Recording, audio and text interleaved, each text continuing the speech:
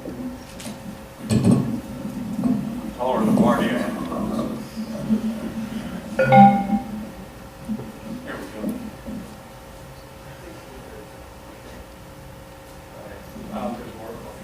Thank you. That was a very nice introduction, and one of the nicest I've ever received, and thank you for reading it exactly the way I wrote it, and not changing a single word. Some of you were surprised that I was here in the 7th and 8th grade, because of course there is no 7th and 8th grade anymore. I was here from 1955 to 1958. Been 54 years since I left. I had to stay away for a while to let the statute of limitations run out on some of my crimes and misdemeanors that I committed here, but it's safe to come back now. I left because I had a difference of opinion with the administration and the faculty about a few issues. For example, where my friends and I ought to be at midnight. The administration and the faculty took what we thought was far too conservative a view that we ought to be in bed getting rested up for class the next day, while our vote was for going down in the steam tunnels. You know about the steam tunnels, right? There was no good reason to go in the steam tunnels except that they told us that we couldn't go in the steam tunnels, so we did that. Or we went out behind the gym and we had a cigarette, or we went down to Main Street and played pinball, because this was in the days before Angry Birds or Xbox or things like that. So that led to my rather sudden departure from the school at the end of the 9th grade. Even though I was only here for 3 years, I really made a lasting mark on the school. Some of you may know this. It's the Blair Academy History, published about 12 years ago for the 150th anniversary of the school. And I'm actually in this book on page 166, if you're interested. Jim Howard, who was the headmaster at the time, they talked about his career, and they said that in 1959, a year after I left, he made a report to the Board of Trustees in which he questioned whether the 7th and 8th grade should be continued, and said, quote, "Not many boys are ready to go away to school or have the maturity to do so at that age," close quote. Jim Howard was a fine gentleman. He was too nice to mention me by name, but when I read this, I got a laugh.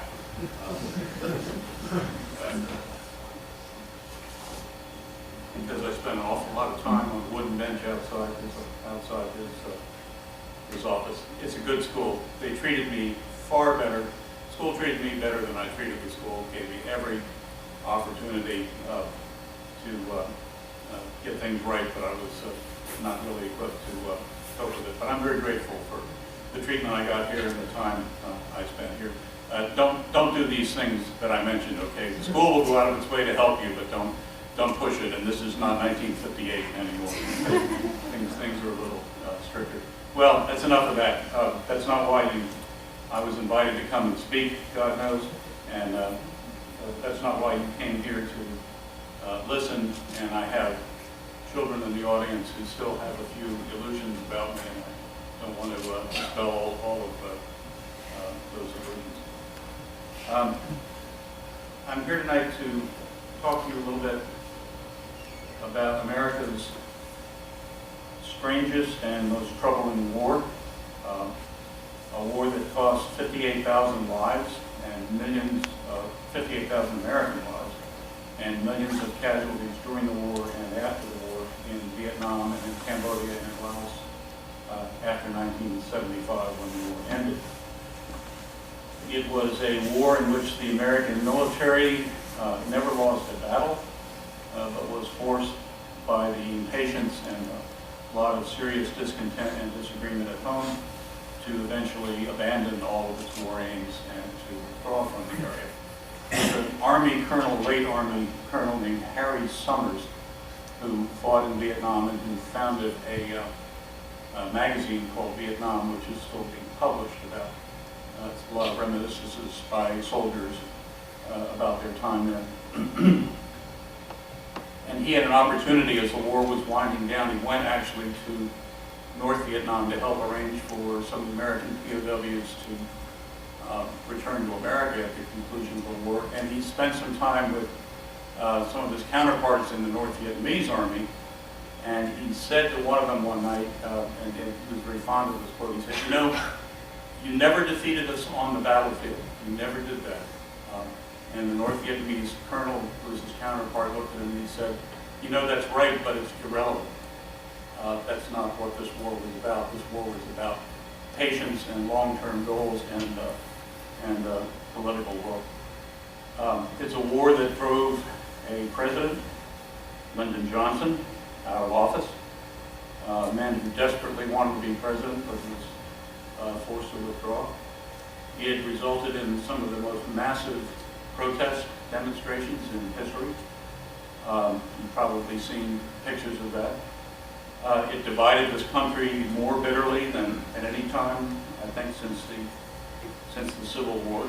And there's still an ongoing debate here in 2012 among historians and among senior military people about the war. Was it a moral war or an immoral war? Was it a noble cause, which is what Ronald Reagan called it, or was it a fool's errand? Was it doomed to failure from the very beginning, or could it have been won? And what lessons have we learned from this strange war, and are we sure we haven't drawn the wrong conclusions? There's a huge argument going on among historians about this, and I'll talk to you about that a little later. But I don't know if I'm really qualified to talk about that. What I had was very much a worm's eye view, very low-level view of this conflict. As Marty mentioned, I was in the Army from 66 to 69, and I was in Vietnam from June of 68 to June of 69 as a young lieutenant, doing a captain's job. I was running a radio signal site on the top of a little hill, and then very briefly was an advisor to a South Vietnamese Army unit. So that whole year, no one was calling me up and asking me for advice about whether we should sign a peace treaty or negotiate this or negotiate that. I was just concentrating on getting the job done and keeping my men alive. I also had the experience of 3 very short months after I came home of going to law school in Cambridge. So I got out of the Army in June. In September, my hair hadn't even fully grown out. I was in Cambridge, and I was at the center of the huge student anti-war movement, which was going on at that time. Constant, almost weekly, very large demonstration, anti-war demonstrations. And going from the Army to a college campus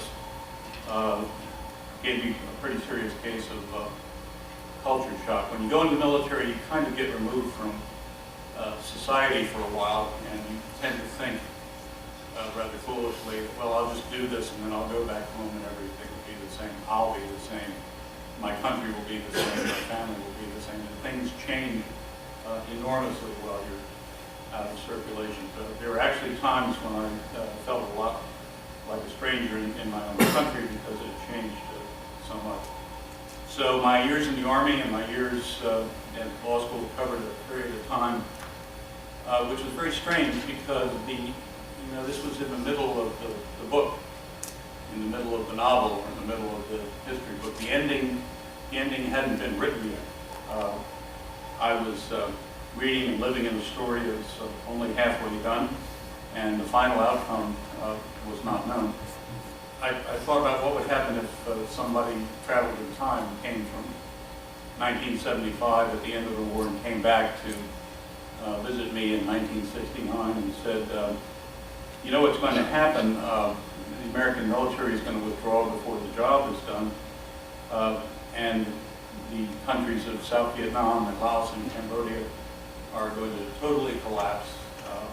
Millions and millions of people are going to die as a result of that collapse. Nobody would have believed that in 1968 or 1969, because at that time America had a track record of wars. When was the last time we lost a war? It almost never happened. So it would have been, it was just a matter of America not being a country that did that kind of thing. And yet that's exactly what happened. It was a strange days. I have to tell you, and I will acknowledge this right up front, that I don't have all the answers to the rights and wrongs of the war. My feelings and my thoughts about it are colored by my personal experience. I can't be objective about it when I recall the people I served with, how hard they worked, how dedicated they were to duty. Most of them were kind of reluctant draftees, but once they had been drafted, they put their really best efforts, really incredible efforts on a daily basis into helping each other out, helping us do what we were supposed to do as our mission, and keeping us all alive for a year in Vietnam. Most Vietnam veterans, an overwhelming majority, really over 80%, have said, you know, that was, I'm glad I served, I'm glad I went. The Department of Defense did a survey a few years ago and asked them that question. And then they asked a follow-up question, and they said, is that true even though you know how the war ended? And the 80% still said, yes, I'm still glad that I had that opportunity to serve. I have 4 very close friends who lost their lives in that war. 3 Americans and a Vietnamese officer who I worked with. I remember them. It's just not possible for me to say to myself or standing in front of you that their lives were cut short prematurely at such a young age for nothing or for the wrong cause. One of the problems in trying to understand this war and cope with it and draw the right lessons from it is that almost no one, whether you were a soldier or an anti-war protester, no one's changed their mind since the 1960s. I can think of 2 people, 2 writers who expressed a little bit of mild regret that they did not go and serve when they could have. But there are millions and millions of people. Talk to your grandparents. Okay. I used to, when I thought about this, I was going to say talk to your fathers, but I realized how old I am and how old the story is. Talk to your grandparents if they were around during those days and say, what did you think about the war in the 1960s? And have you changed your mind since then? And I don't think many of them have. If anything, I think our positions have hardened. So I will tell you right now that it's not possible for me to be objective about the war. I'm not even going to try. I hope you'll hear what I have to say with that in mind. But I want you also to be aware there are a lot of other opposing views held by an awful lot of people. Okay, I'm going to do a couple of slides. Not that stupid picture that Marty put up earlier, but I want to talk about 4 things.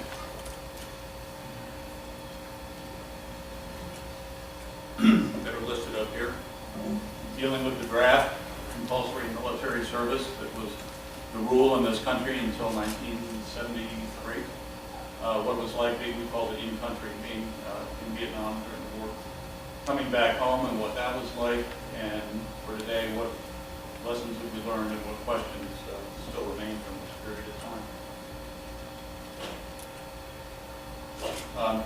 I originally I had a slide written to say, so what? Because that's a question some of you may be asking. Well, so what? What does it matter in 2012, what happened 45 and 50 years ago? Well, it still matters a lot to me and to the people in my generation.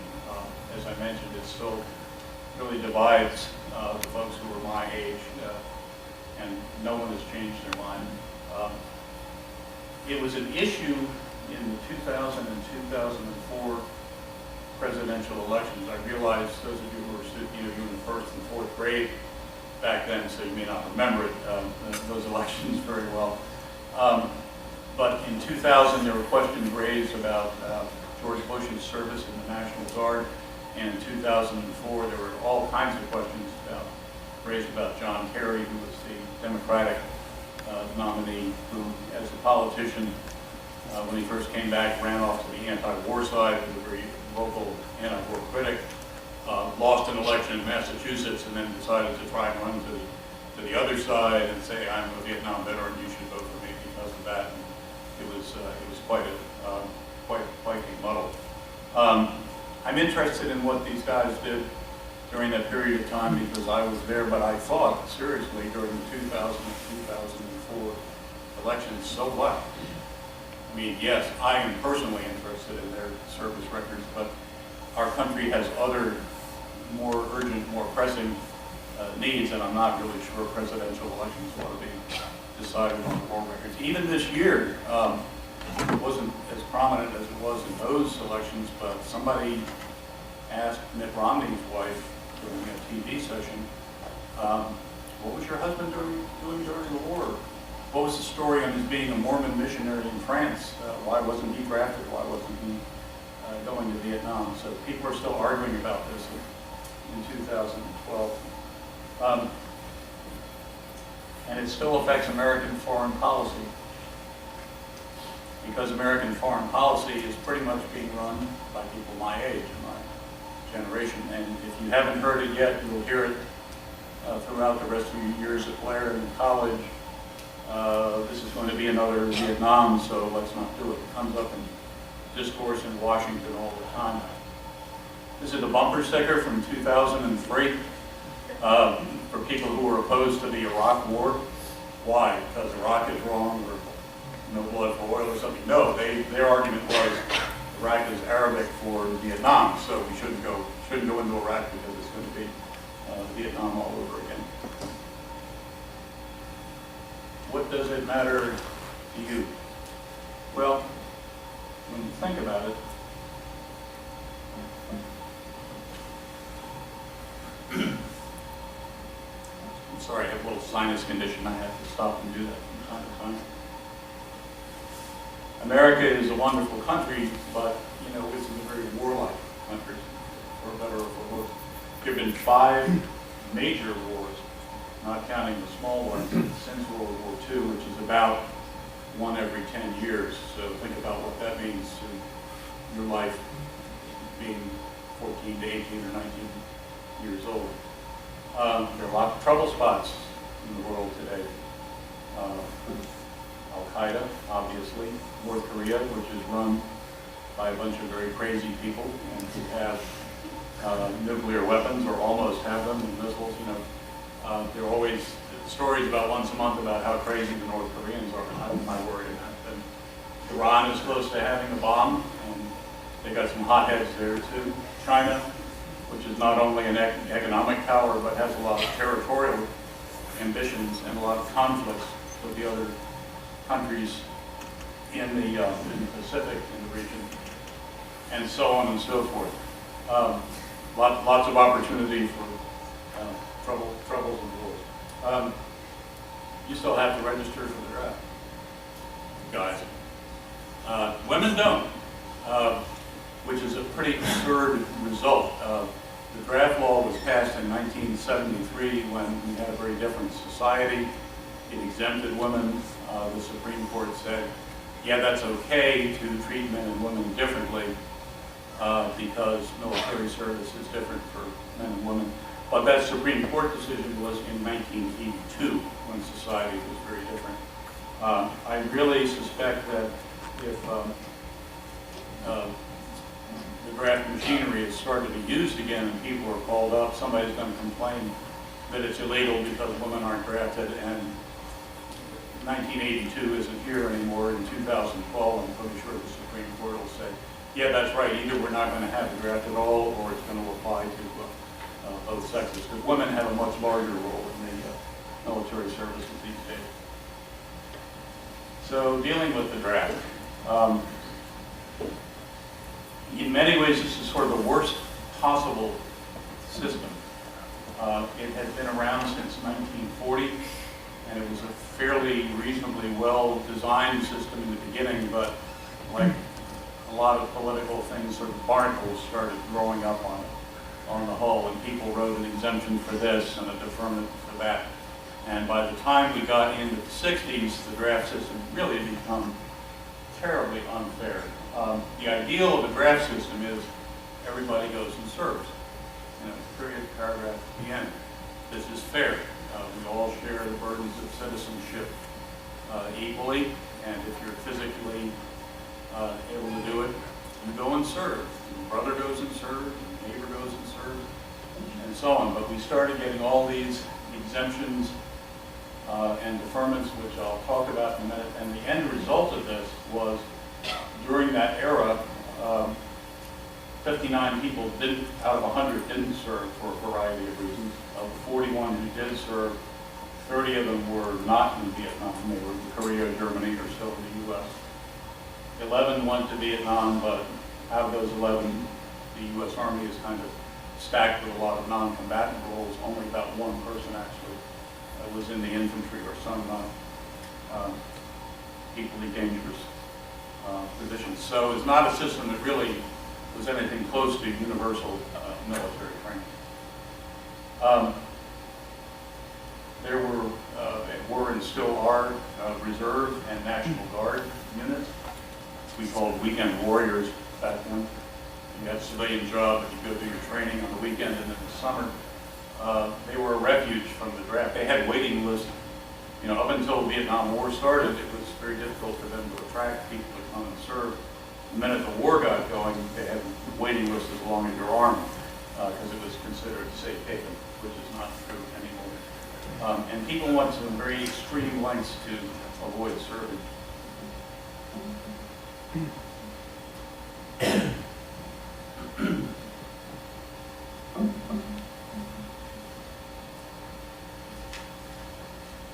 You could get a deferment for a while for being a college student, a graduate student. You could get out if you were underweight or overweight. You could get out for a variety of interesting, silly medical conditions, like flat feet, acne on the back.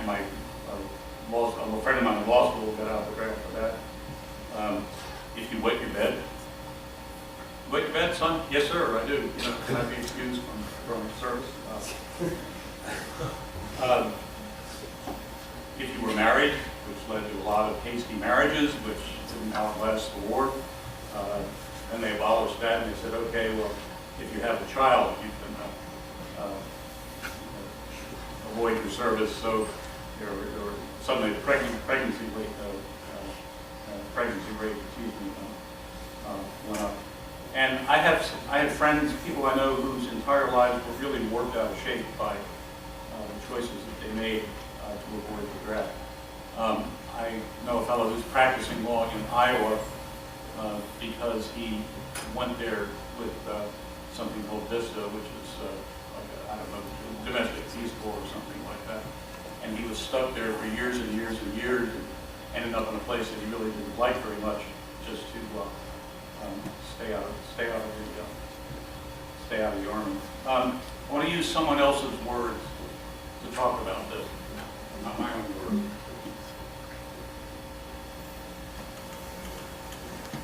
There's an actor who I think is a wonderful actor. His name is John Lithgow. Anybody heard of him? He was a star. Okay, a few people. He was a star of a show called Third Rock from the Sun a few decades ago, which is pretty popular. Anybody see the really bad movie last year, Rise of the Planet of the Apes? Anybody see? Yeah, straight to DVD movie. John Lithgow was the old guy, the father who had Alzheimer's. Okay, so it's about. But he was the best actor. He was the best actor in the picture. Really. If it could have been salvaged, he would have salvaged it, but it was kind of around that. But anyway, he did a great job. I always thought, and I still think he's a wonderful actor. Earlier this summer, after I gave Marty the first draft of this presentation, John Lithgow published his autobiography, and I read it through because I was interested in it. And I'm going to quote. It's going to take a little while, but it's worth hearing. I'm going to quote from some of the words that he wrote. It was published this summer, and so it was 44 years after the events that he's describing. He had gone to Harvard College, graduated, been interested in theater all his life. I think he did a lot of theater work at Harvard, and then he got a scholarship to England to go to RADA, the Royal Academy of Dramatic Arts, which is one of the finest theater schools in the world. So he was there as a graduate student, and this is what he wrote. This is what he wrote in his autobiography last year. In 1968, my friends and I were serious students, to be sure, but many of us also had an unspoken agenda. We were relying on our studies to keep us out of the Army. But the war in Vietnam continued to escalate, and student deferments were not going to last forever. A day of reckoning was approaching for us, and the draft lay on our shoulders every day like a heavy weight. I got a draft notice and was told to report for a pre-induction physical. I was scared. In desperation, I decided to fake my way out of the Army. With a combination of self-righteousness and creative zeal, and a healthy dose of fear and cowardice, I set out to forge my most challenging, complex, and subtle performance to date. I would play the role of an unrecruitable psychological basket case. In the week leading up to my physical, I barely ate and barely slept. I went unshaven and unbathed. I picked at my face, and I urinated in my underpants. This is a 68-year-old man describing. This is really incredibly painful for him to do. That's why I was so moved by these words. I struggled to induce in myself a feverish state of anxiety, depression, and near madness, and it worked. On the morning of reporting for my physical, I was an ashen, quivering, foul-smelling mess. My red eyes drooped with fatigue, and my hands trembled as I filled out the form. I even fainted dead away when my blood was drawn. It was the most convincing performance I had ever given, a triumph, but I took no joy in it. My self-contempt bloomed like a poisonous flower. A month later, the reviews were in. I was a smash hit. A letter from my draft board classified me as 4F, totally unfit for military service. This was the holy grail of the anti-war generation. I would not be drafted. This is the first time, this is what he said, writing in 2012. This is the first time I have ever told this story to anyone. A sense of shame stayed with me for years and has never entirely disappeared. Some of that shame had to do with the appalling suffering caused by the Vietnam War, suffering that I so conveniently avoided. Some of it had to do with the fact that I showed so little courage and conviction in protesting the war, and that I spent its most turbulent years leading a comfortable frontal life. But somewhere deep down, there was another source of my shame. I didn't get out of the Army by acting, which was his profession. I got out by lying. There is a difference. When you act, you do it for a willing audience. There is an unwritten pact between every actor and his audience. I will deceive you, but I'll do it for your delight, your edification, and your illumination. And I will do it only if you so desire. At my draft physical, I was violating that pact between an actor and audience. I had always thought of acting as an art. If acting was an art, I had abused it. My fake ailments had been accepted by the examiners, and I was overwhelmed by relief. But at the same time, shame was churning inside me. That's the end of the quote. I was absolutely blown away by these words. I mean, can you imagine carrying that kind of burden around inside yourself for 44 years? The man has been professionally very successful and found a lot of personal happiness in his life, but he's still haunted by those things that he did in his 20s. I disagree with what he did, but I feel a lot of compassion for two things: for his having to deal with this for so many decades, and for the anguish he must have gone through to commit these words to paper and publish them for all the world to see. It's someone who not only feels personal guilt, but also feels that he's betrayed the only profession he's ever known, and a profession he really, really loved. And this is honest, painful writing, and I hope that telling it brought him some relief. I have heard stories like this from Marty Miller sometime.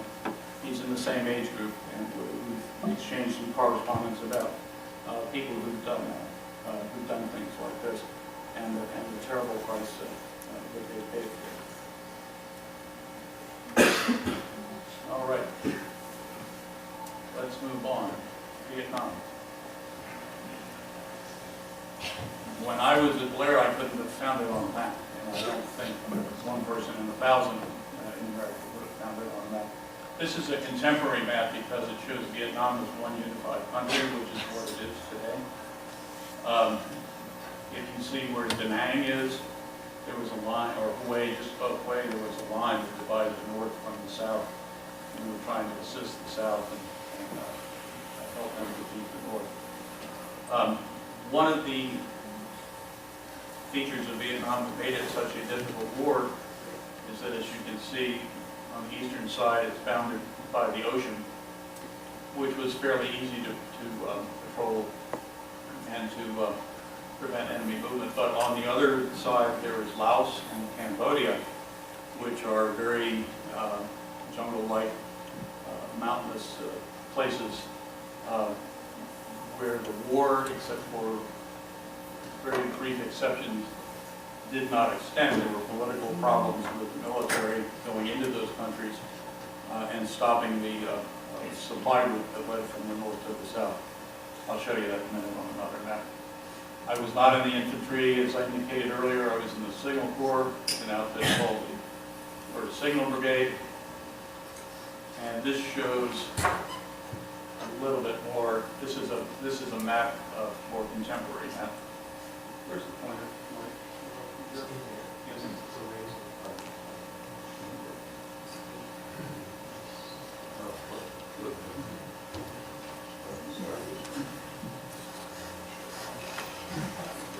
That's all right. I can go back to this. Here it is.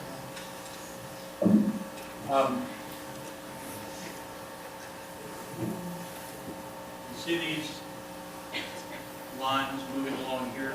This is labeled, it's a little hard to read, labeled Communist Supply Route.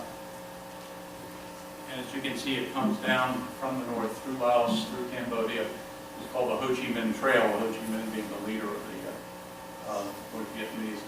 And there's also some seaborne supply routes, but they really came into South Vietnam itself. They went up into Cambodia and then along from there. The black lines and the purple lines show the radio links that we were supposed to maintain. The site that I was in charge of was so small and insignificant that it's not even on the map. If it were on the map, it would be up here in this area. And this is what it looked like. I just want to give you some idea of the scale. If you see these large antennas off on the left side that look kind of like billboards, they were about as tall as the Timpton Library. Okay, and this whole site was about the area of a football field. So one of the things that I learned early was that, and it was on top of a little mountain, camouflage was not a serious option. Okay, we studied camouflage for a while when I went through OCS, but you can't really hide these things very well from people who are trying to shoot at you. We used to call these aiming stakes. So they're rather large. They were powered by generators, which, as you know from your recent experience with Sandy, can be pretty noisy if you're close to them. So our hearing was kind of impaired. We didn't hear as well as we would like to be hearing. This is a picture, actually, these are from, this is a picture I took in 1995 when I went back. And you can see the trees. Those are full-grown trees growing up at the base of the antenna. Let me pause there for a moment. Go back for a moment. So that's what I did. I was assigned to be in charge of this site. I had between 120 and 150 people working for me. This is by no means anything nearly as difficult as being in the infantry, being dropped, ferried by helicopters out in the countryside, trying to hunt down and kill enemy soldiers. We stayed in one place. We stayed on that mountaintop trying to keep the radios working. We had the luxury of wooden barracks to sleep in instead of tents. We had hot food instead of sea rations. We had hot water for showers, which was a luxury for the infantry guys. We had fairly regular mail and supply drops.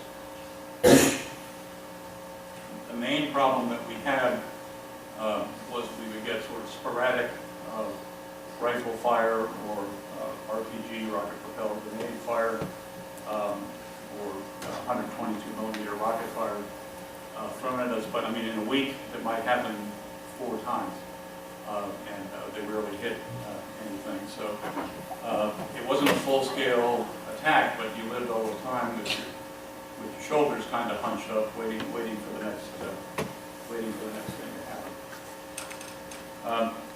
It really didn't have very much to do with what went on inside the radio system, because I wasn't smart enough to understand how to operate it. I was the guy who had to run the patrols, make sure that the guard posts were staffed, and keep everybody alive, and for the 365 days that we were all there. I think the most difficult thing that I did that whole year was to staff up and organize patrols, and just making up a patrol roster. Making up a roster of people who ought to do a job sounds like a kind of simple task, and in civilian life it really is, and the consequences of getting it wrong, it's not a matter of life and death the way it could be in Vietnam. I'd sit down with my sergeants and we'd talk about technical details, how much ammo we would carry, when we would go, when we would come back, passwords, things like that. But the most difficult thing was figuring out who to take along. I wanted experienced soldiers out on patrols because they knew what they were doing and could help keep us safe. But we had to include a certain percentage of new troops to train them. One of the real problems in Vietnam was that you got to go serve for 365 days, and then you went home. And you didn't train as a unit, you didn't really go as a unit as the Army does now. It's a lesson that they've learned. So we're constantly having new people come in, having to train them, and having experienced people drop out and go home. We had an unwritten rule that no one within 30 days of going home was going out on patrol. Soldiers get very superstitious in Vietnam about that last 30 days.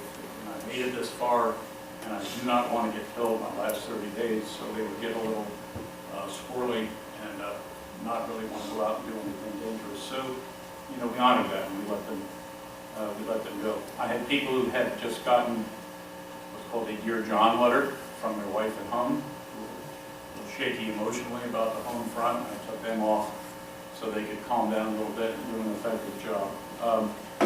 I had people who were genuinely sick.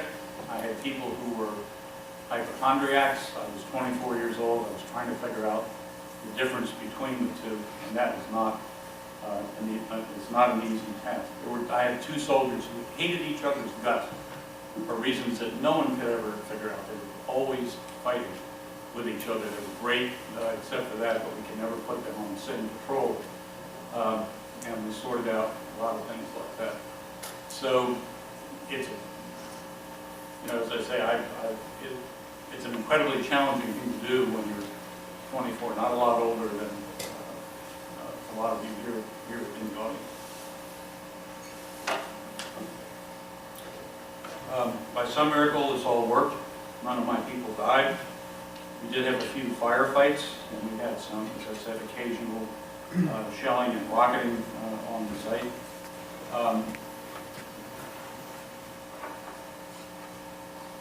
I'm always glad that no one that I was in charge of got killed, but I carried around with me the fact that there were 3 human beings, enemy soldiers, who died, who we killed because they were trying to kill us.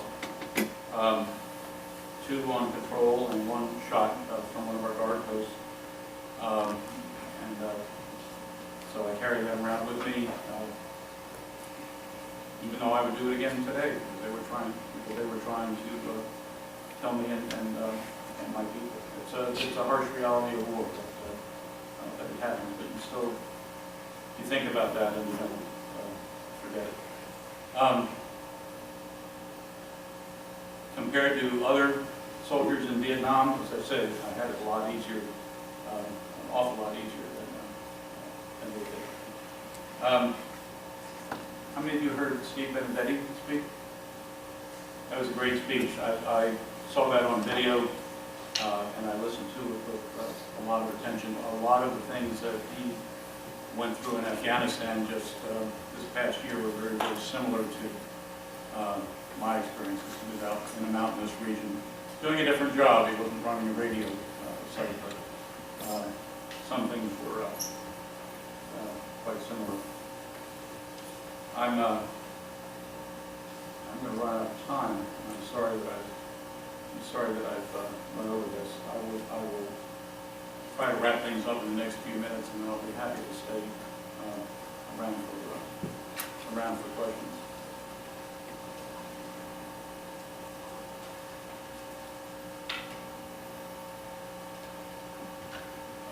Jump ahead of it. Coming home. Here's that damn picture. I came home in June of '69, and every month there was a giant demonstration in Washington for many years, and the numbers kept growing. 300,000, 400,000, 500,000, mostly college students, but lots of other folks too, going to Washington, demanding an end to the war. It was a major activity on campus. I didn't go and participate in this because I disagreed with him, but this is America, you're allowed to go and protest. Oops. Kind of famous photograph from the 60s that protesters love to go out and hand flowers to the soldiers and say, here, we need to end all war, and here's a flower, don't shoot me. And I thought I would put up some buttons. These are buttons that people wore constantly on their lapels, starting with Peace Now, which is a laudable and desirable goal. Nobody's going to argue with you if you're wearing a button that says Peace Now.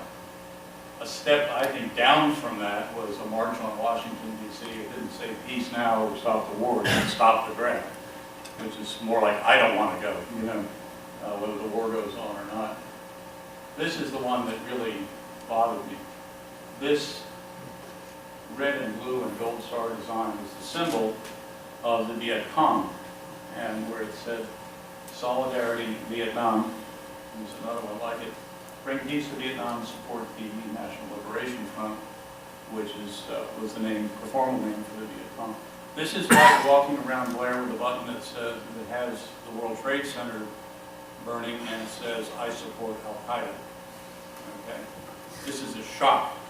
This was a shock to me to come out of the Army and go to law school and see classmates and other sort of random people around Harvard Square wearing buttons like this, and I didn't know what to do. I didn't know how to react. I was very angry. I wanted to stop them and argue with them, but I was outnumbered about 500 to 1, so I just kind of kept on walking and let some of the anger and resentment go up inside. But to me, this is an incredible thing to be in America and see buttons like this supporting the enemy. Marty and I talked about this. This is a townhouse in Greenwich Village, New York, that blew up in 1970. And it blew up because there were 5 people in that house making bombs. And they were not Viet Cong, they were middle class or upper class American college students.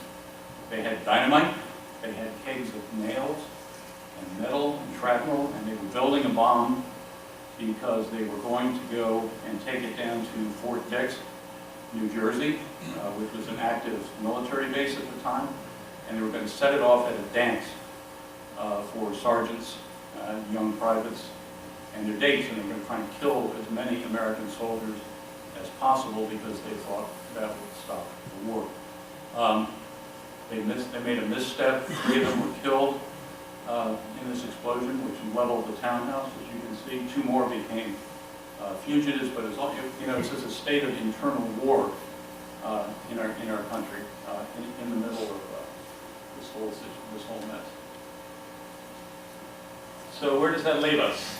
The Army took a lot of, and Marines and the Air Force and the Navy too,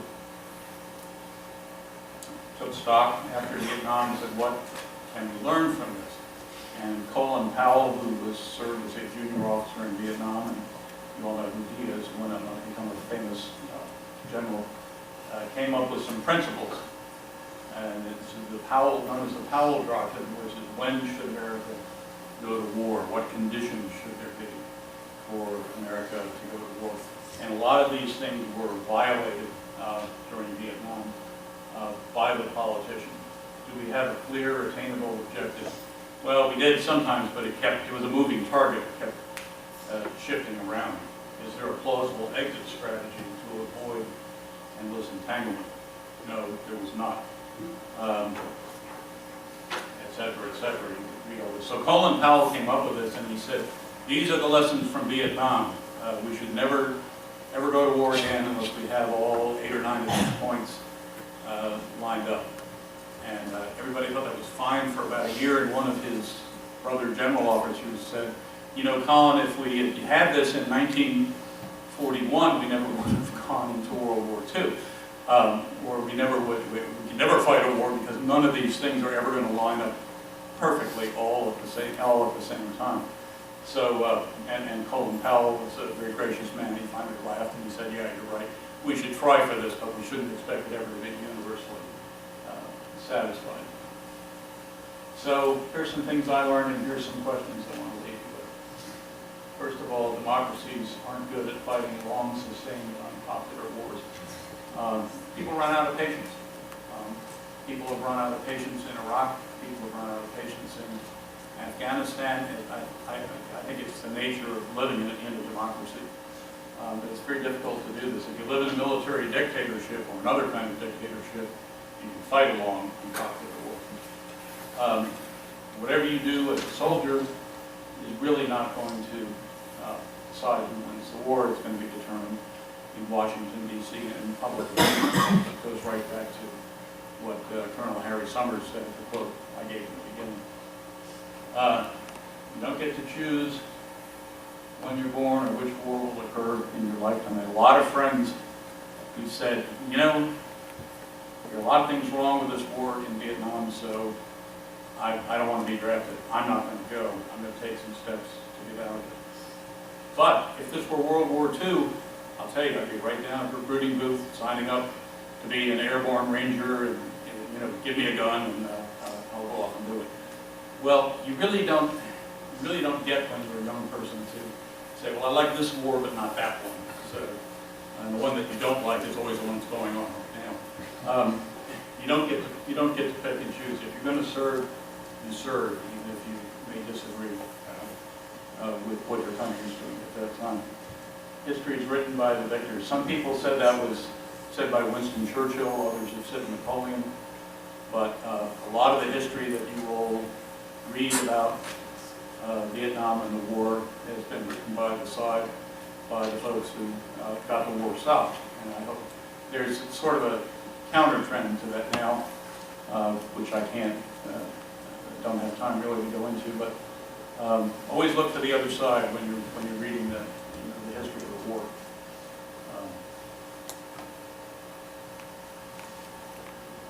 And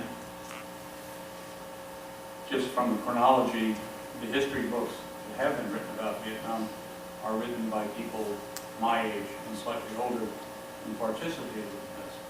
And they can't be objective about it any more than I can. I think we can now get to the point where we can say, well, it's possible to be objective about the American Civil War, maybe World War I, but if you actually lived through it and participated in it, you've got a stake in what's being said. And this is the last one. Who should fight our wars? How should the soldiers be selected? Is it an all-volunteer army, which is what we have now? The right choice for democracy, or should there be a draft? Anybody want to be drafted? Anybody want to vote? If you vote for me, I'll reinstate the draft. Anybody want to vote for me? I didn't think so.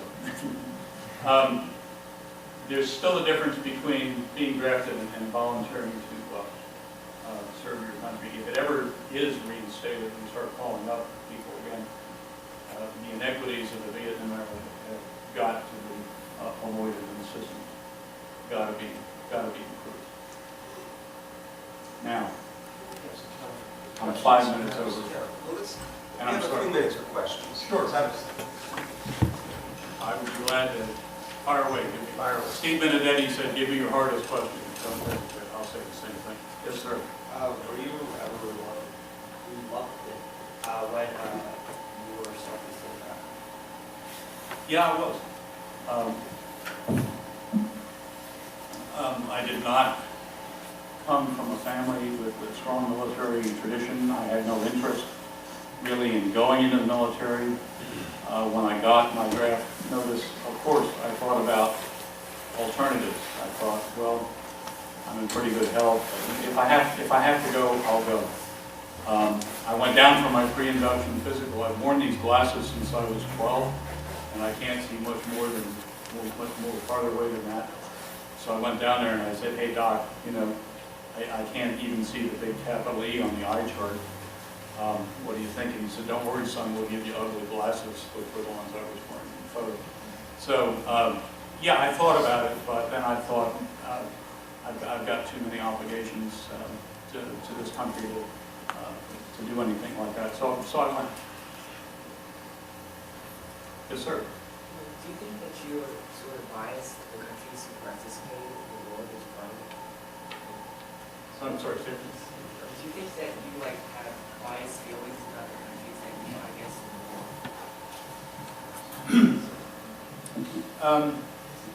I don't. Oddly enough, I do not have any resentment against the North Vietnamese government or the Viet Cong or the country as it exists today. This is their country. This is what they believed in. They fought hard. They had a victory, and they were good soldiers. I've been back there 2 or 3 times. I lived and worked in Cambodia for a while when I used to go over to Vietnam. That was in the 1990s. And I used to go over to Vietnam when I had time and go and tour around again. It's a wonderful country with wonderful people. The war is, long since over. So no, I don't think I have any bias at all. Yes, ma'am. One of the points was that the war will not be decided on the battlefield.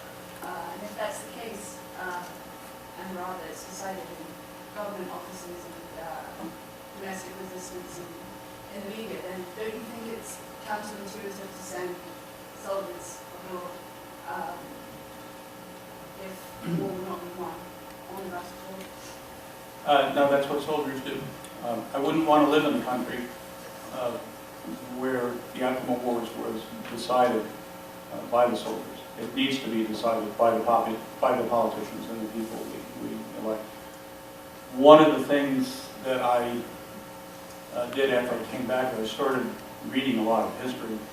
And I'm sorry, Marty, but before I went, you had to force me to read a history book. But I got very interested in history when I came back, especially in troubled times like the American Civil War, the French Revolution. And there was a French war in Algeria in 1958 to 62, where the government of France, I won't go into a lot of detail about this, but the French soldiers in Algeria decided that they were being sold down the river, they were being asked to sacrifice uselessly, and they damn near went back to France with some airplanes and paratroopers and overthrew the government. They came about that close to overthrowing the democratic government of France. And Charles de Gaulle stepped in and stopped them with a commanding way. But I thought, I'm really glad I live in a country where we would never even come that close to the soldiers taking over and deciding. If you go in the military, you're going to serve, and you're going to serve people who are elected by the public, and that's what you do. It's a hard pill to swallow sometimes, but I think it's the only attitude you can have as a civilized person. So, yell it out. Go for it. When you were first shipped out to Vietnam, was there a certain cause that you believed you were fighting for, or was it out of pure patriotism?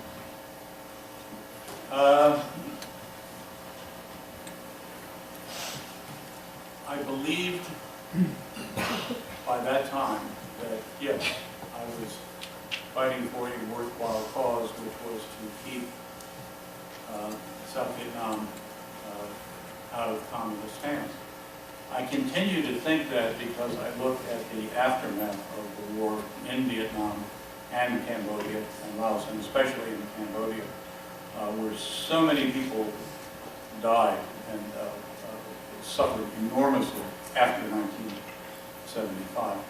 And I also look at neighboring countries, Thailand, Malaysia, Indonesia, and the Philippines, where there were very similar wars, essentially against the same enemy going on around and about that time, that were successfully won. So at the time I went, again, I didn't know how the story was going to end in 1968. At the time I went, I thought, yes, we could, we could prevail and do this, and that would be a good thing for these countries.